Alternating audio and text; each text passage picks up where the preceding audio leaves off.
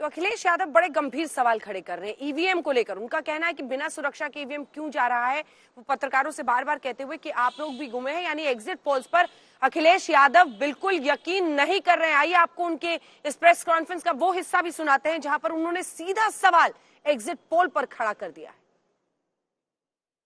जो जमीन पर चुनाव चल रहा है वो भारतीय जनता पार्टी के खिलाफ था, जनता के अंदर नाराजगी थी। ये जो कल एग्जिट पोल आए हैं, मैं एग्जिट पोल पर बोलना नहीं चाहता था, लेकिन जो एग्जिट पोल आए हैं वो कहीं ना कहीं परसेप्शन ये क्रिएट करना चाहते हैं कि हाँ भारतीय जनता पार्टी जीत रही है, जिससे वो चोरी भी करें अगर वो भी ना पता लगे कि हाँ चोरी हुई है। इसीलिए अगर हमने वोट दिया है तो मैं अपने नौजवानों से, किसानों से और आम लोगों को कहूंगा कि उतनी हमारी जिम्मेदारी बनती है कि वोट को हम बचाएं। अगर वोट नहीं गिना जाएगा तो लोकतंत्र कहां जाएगा, और ये लोकतंत्र की आखिरी लड़ाई है।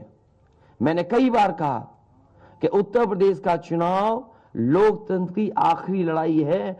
इसके बाद तो जनता को क्रांति करनी पड़ेगी, तभी बदलाव आएगा।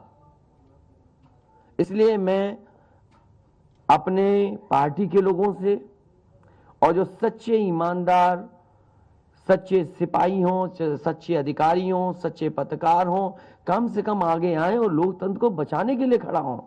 और मैं अपनी पार्टी के लोगों से कहूंगा कि जब तक काउंटिंग न हो जाए तब तक कम से कम ये नजर रखें और लगातार निगरानी रखें कि कैसे वोट बचाया जा सकता है, कैसे जहां पर मशीनें रखी हैं कोई किसी का आना जाना ना हो।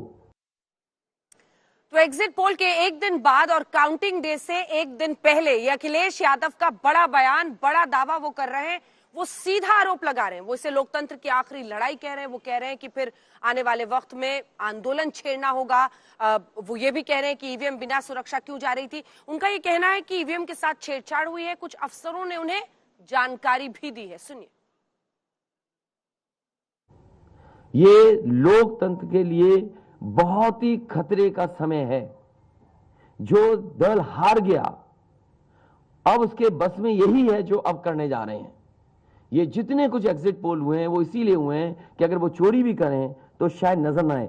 अब ईवीएम्स पकड़ी गई हैं, बहाना कोई ना कोई अधिकारी बताएंगे कि हम ईवीएम्स इसलिए ले जा रहे थे। आखिरकार फोर्स के साथ क्यों नहीं ईवीएम जा रही थी। ये तो ईवीएम की एक बनारस की जो अभी भी लाइव चल रहा है वो घटना है। बरेली में एक स्ट्रांग रूम से बाहर नगर पालिका की कचड़े की गाड़ी में, जिसका नंबर UP25 DT 9166 में 3 बक्से सील पकड़े गए। जो सील बक्से थे, एक बक्से में सादा बैलेट पेपर था तथा 2 बक्से में मोहरें, रजिस्टर तथा सील करने वाला सामान था। करीबन 500 बैलेट पेपर पकड़े गए। इसी तरह सोनभद्र का है कि सोनभद्र में भी बड़े पैमाने पे चीजें पकड़ी गई। वो भी लोग समझ में आ गया तो उन्होंने देखा, SDM को रोका। SDM घोरावल जनपद सोनभद्र में खाली मत पर अपनी गाड़ी से पॉलिटेक्निक कॉलेज ले जाते हुए पकड़े गए। क्या सफाई देगी सरकार।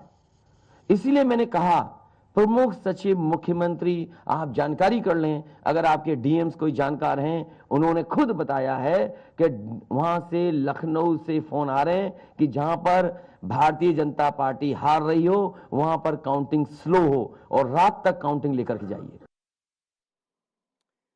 तो अखिलेश यादव ये कह रहे हैं कि अधिकारी उन्हें खुद बता रहे हैं कि जहां पर बीजेपी हार सकती है वहां पर काउंटिंग स्लो होनी चाहिए। कई सारे गंभीर आरोप वो लगा रहे हैं। वो कह रहे हैं बिना सुरक्षा के ईवीएम्स आखिर क्यों जा रही थी, बिना फोर्स के। अन्य बहुत सारे सवाल वो खड़े कर रहे हैं। आइए आपको बता देते हैं। उन्होंने नौजवानों को आगाह रहने के लिए कहा है कि ये लोकतंत्र का आखिरी चुनाव है। इसके बाद तो जिस तरीके से आजादी के लिए लड़ाई लड़ी गई थी उसी तरह की हमें और आपको क्रांति करनी पड़ेगी। मैं तो अपने नौजवानों से अपील करूंगा कि जहां किसान इतने साल बैठे रहे तब सरकार झुकी, कम से कम 3 दिन लोकतंत्र के अखंड प्रहरी बनकर के ईवीएम्स को बचाएं और चुनाव को बचाएं।